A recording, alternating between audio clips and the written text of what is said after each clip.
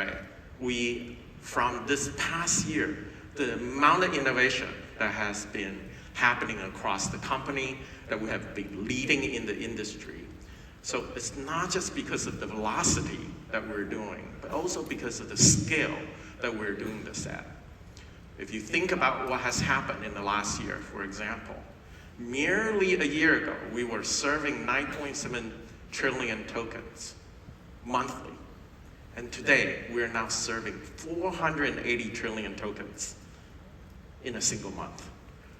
A growth of 50x in terms of the scale that we're actually delivering generative AI to everyone.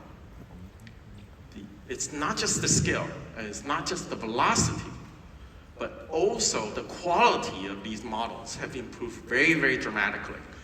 Now, my team at Google DeepMind actually participated in a lot of these quality developments. So going from merely a year ago, when our ELO points on LM Arena was just a little bit over 1,000, we're now approaching 1,500, an improvement of nearly 50%. And it's not just velocity, it's not just scale, it's not just quality, but what we're doing is also ensuring that our model is the best across the entire industry. Number one in every category. Thank you. Our Google colleagues are very excited about this, obviously. And I am too.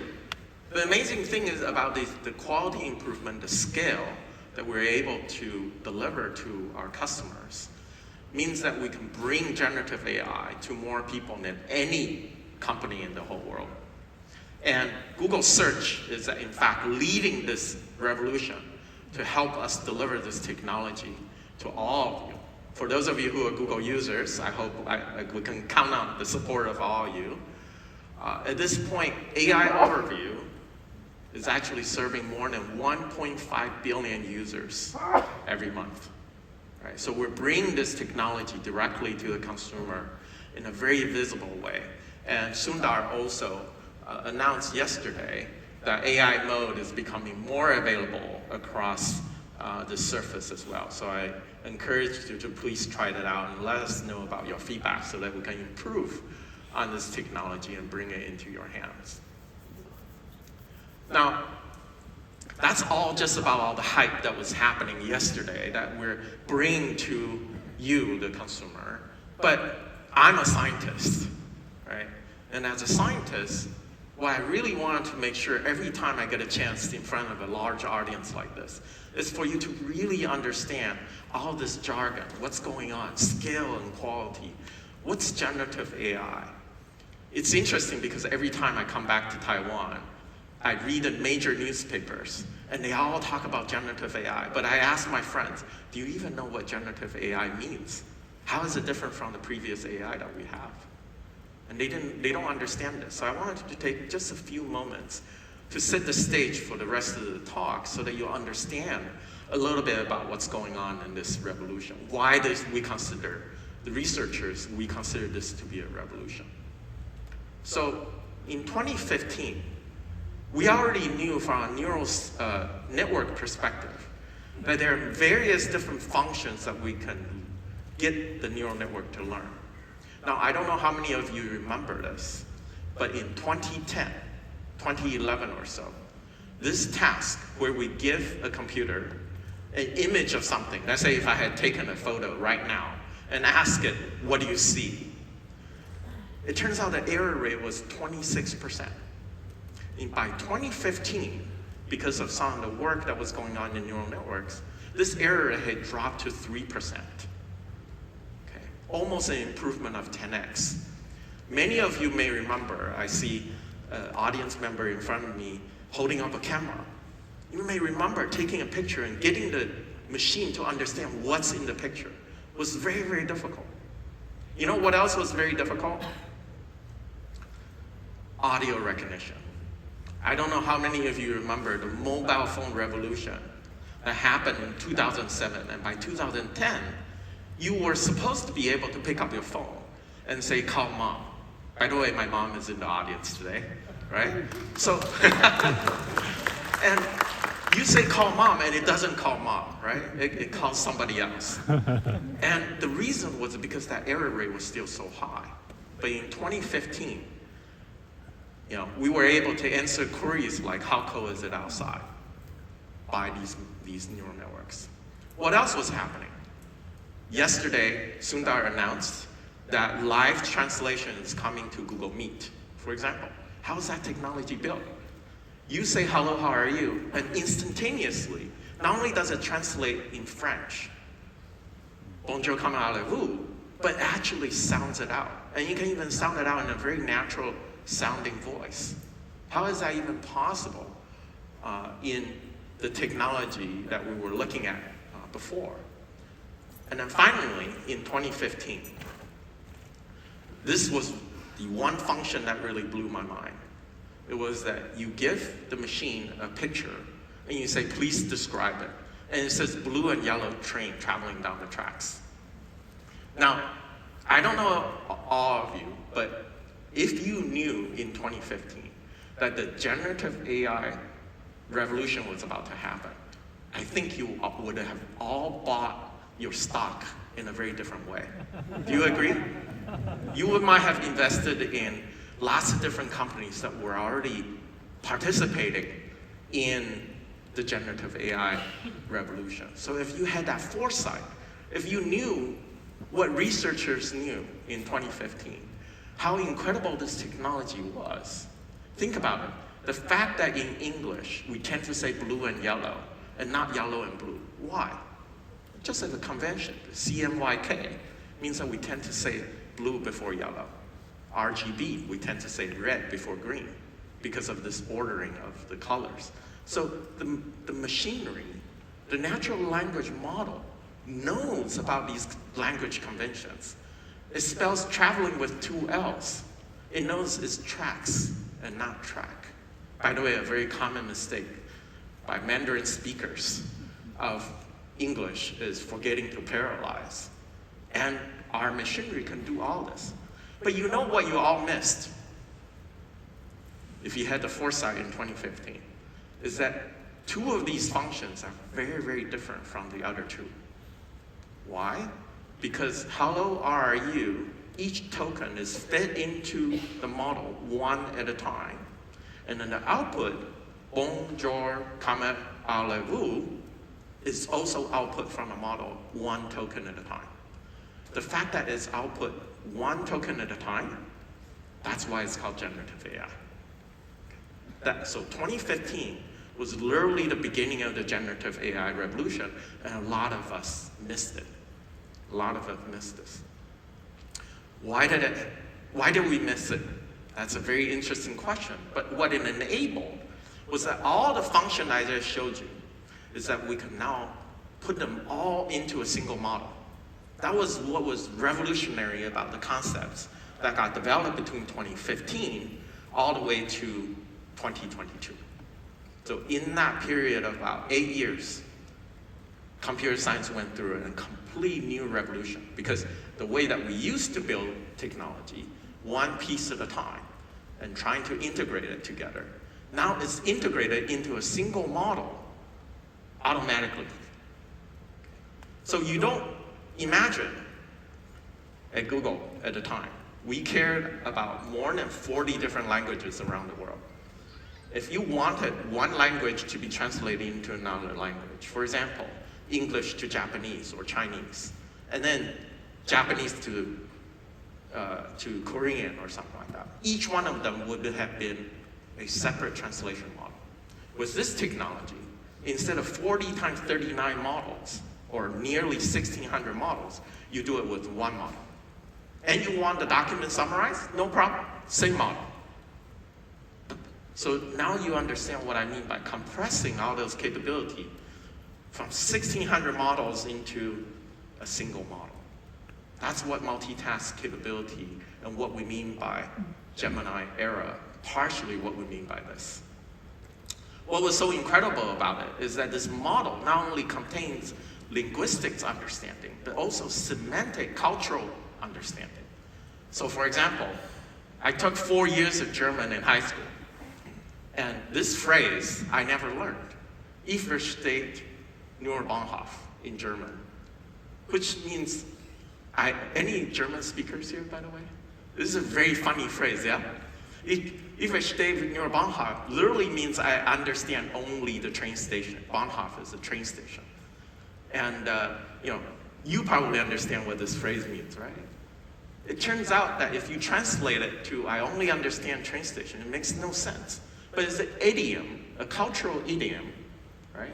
For explaining that you can't hear anything, basically, you don't understand anything. Because the train station is very loud, right? And so if you ask Gemini to explain these things, Gemini actually understands and can explain it. And the explanation, don't forget, is generated token by token, right?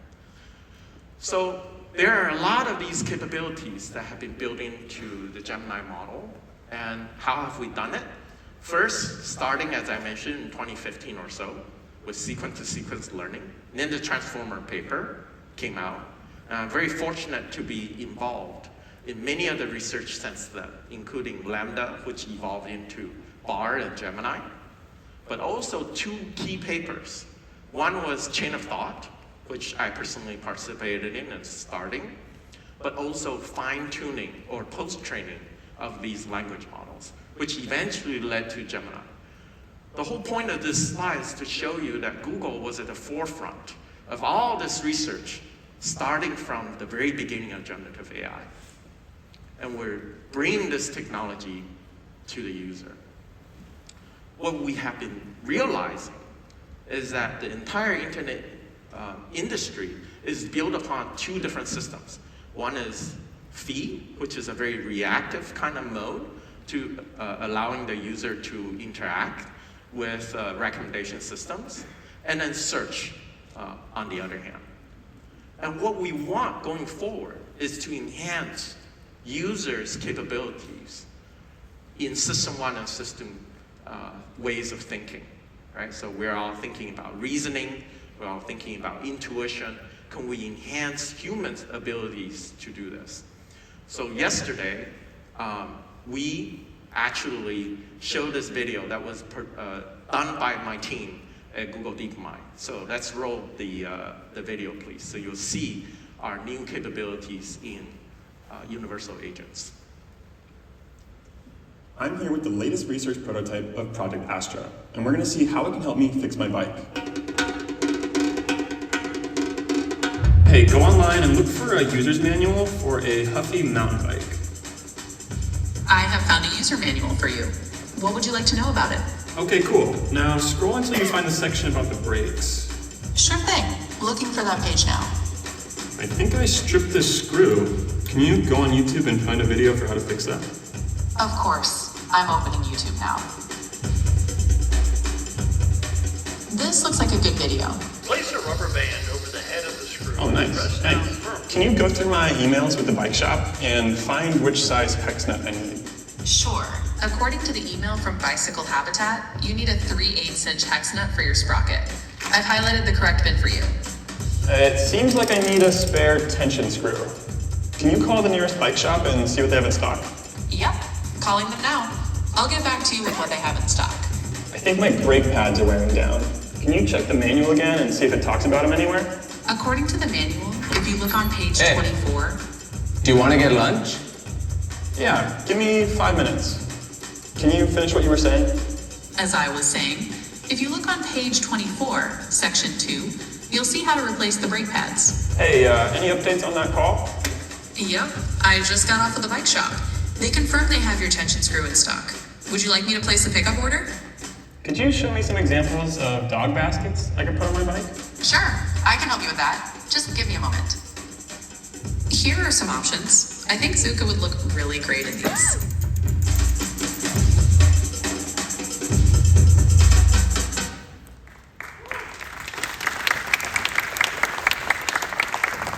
I hope you all realize how incredible some of the things that we were talking about there was. And Sundar also yesterday showed a prototype version of the Google Glass. And this is actually running a lot of this Project Astra technology in it. In fact, it's the main operating system, essentially, for these glasses. So going forward, what we're working on with Gemini is to add all kinds of action intelligence into the system so that we can bring this technology into the real world. So that Gemini sees what you see, for example, and can take actions, like for example, call assistants, booking restaurants, shopping, etc. And we're bringing this technology to the consumer as fast as we can. Okay, now let me switch gears a little bit. In thinking about bringing this technology to the real world, the other real world, of course, is robotics. It's not just the universal digital assistant that we're interested in, but we're also interested in bringing this technology into the physical realm, as just the previous keynote speaker mentioned. But what we want to do is able to enable this kind of physical reality where we interact with robots in the physical world in a very seamless way. Now, let me explain what I mean by this. It means that we need to enable robotics and improve on three very important directions. First is generalization. The other is interactivity, and finally, dexterity. So let me explain what that means.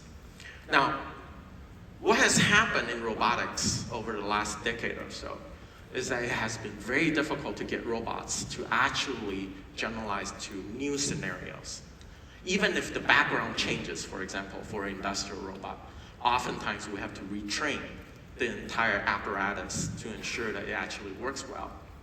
Bringing Gemini's world understanding capability, what you just showed, in fact, that was connected to the glasses and the Project Astra that you saw, is that its ability to understand the world is unparalleled compared to what we have nearly 3 years ago. So what we have been able to show is that the Gemini model enables robotics to be a lot more general across lots of different areas, from visual understanding of what's going on to instruction following, as well as moving forward to real world scenarios. So let's take a look at a video to show you what I mean by this generalization capability.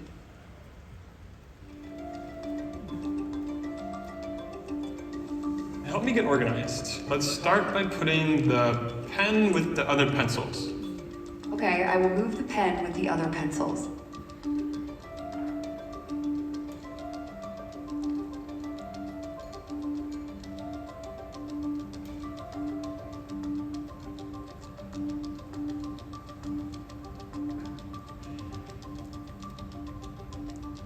Pick up the basketball and slam dunk it.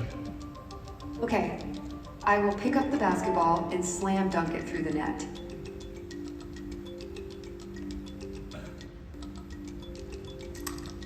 Good job. My personal favorite was that basketball example, because the basketball is something, that whole setup is something that Gemini has never seen before. And it just understands the natural language and starts doing the task. That's what this new generalization capability means in the future. In interactivity, what we also want is robotics to not be so reliant on a data training loop. It needs to be able to respond and react quickly to new scenarios, to natural language commands, even if you change your mind, and adapt to these different changing conditions very rapidly. So let's take a look at another example of video to show you what I mean here.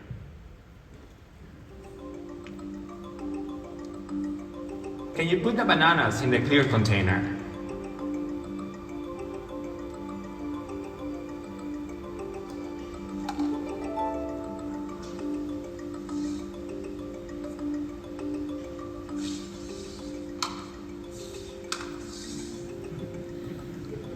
Can you put the grapes in the clear container?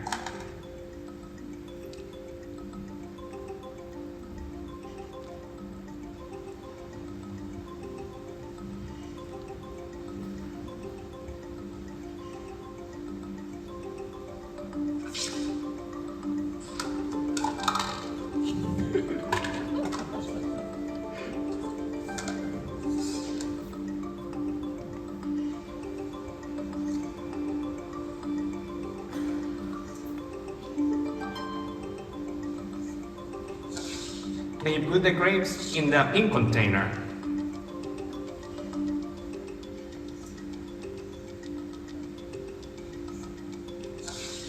Hey, can you erase the whiteboard for me?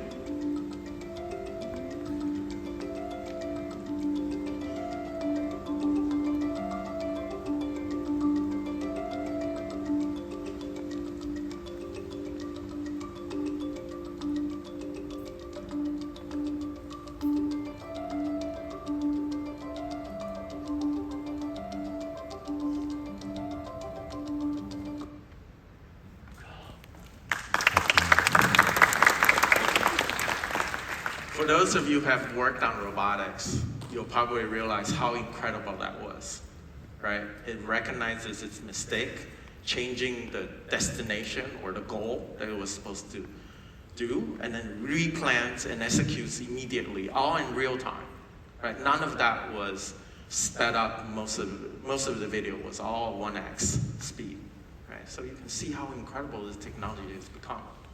The other thing is dexterity.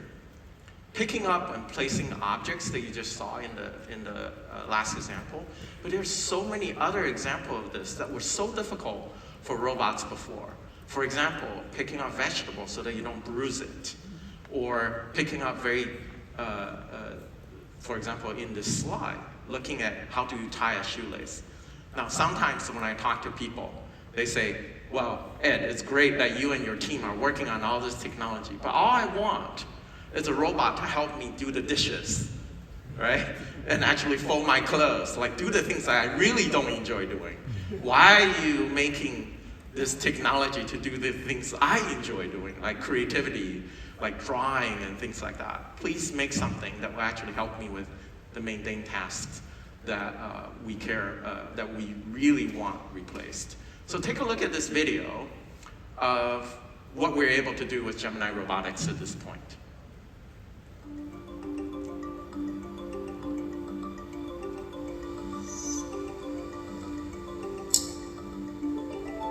Nice. Now put them in the case. Okay, I will put them in the case.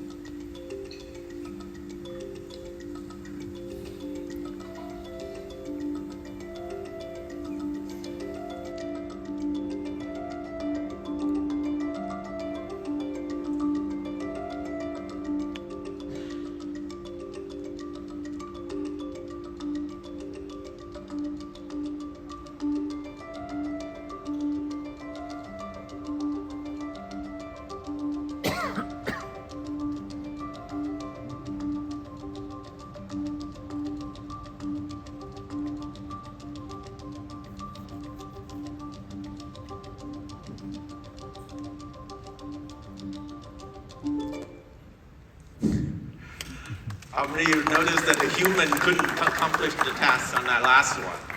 You needed to actually push on the tensioner to make sure that there's enough room for the belt to go on. And then finally, I want to show you one last example of what the advances that we're seeing in Gemini robotics. One of the major difficulties in robotics in the past has been about the fact that every time you change platforms, from one robot arm to another robot arm, from humanoid robotics to other kinds of robotics, you will have to retrain and reconfigure the entire system. And it's a very, very expensive operation.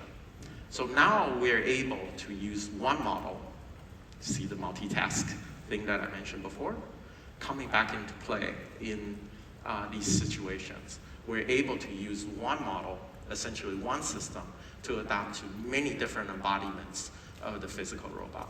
So take a look at this.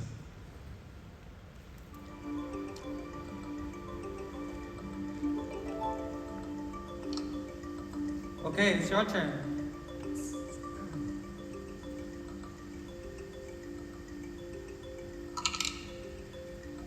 What do you see on the table? I see some colorful letter tiles on the table. Now, could you spell me something that could be found in a deck of cards? Okay, how about the word ace? I can slide the tiles to spell it out.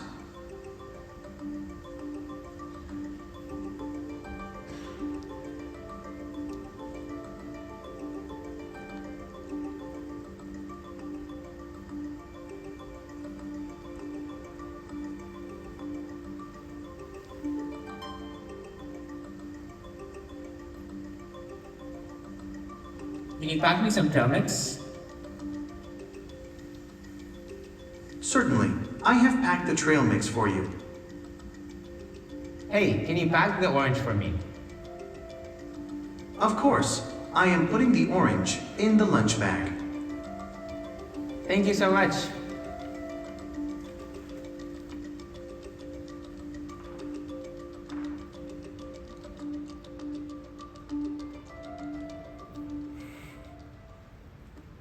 All right. So as you can see at this point, perception, planning, reasoning, following natural commands, interactively, all done in real time. It's the first time in history we're starting to see this kind of integration with a single model. And moving forward, what we need from the Gemini research front is agents and reasoning capabilities that will solve a multitude of complex problems. We have been hard at work at multi-step complex reasoning, at tool use. You saw the example where it called the bicycle shop to figure out whether the screw is available for a pickup order. We're working on sim-to-real, developing synthetic data generation, and also multimodality input-output and reasoning capabilities. And finally, a very important part that we're working on also, particularly my team has been really hard at work at this, is personalization. So for example, we want to enable these robots or Astra to carry out command the way that you want it done, right? It knows about your dress style, for example, clothing style, and suggests the right products for you to consider. This kind of personalization and preference alignment is a very important part of our research direction going forward. As Sundar said, I'm very excited about the next chapter of this kind of embodiment of AI, whether it's in a universal assistant or in robotics. It's really inspiring to think that the research that my team and myself were doing only a few years ago, now becoming available widely. And it's helping robots finding treatment for diseases. We're even working on quantum computers, and obviously delivering full self-driving autonomous vehicles also to lots of parts of the Bay Area at this point. So if you ever come to Mountain View, please call me up and we'll go on a ride in a Waymo car, which is really pretty amazing experience. So thank you very much for your attention. And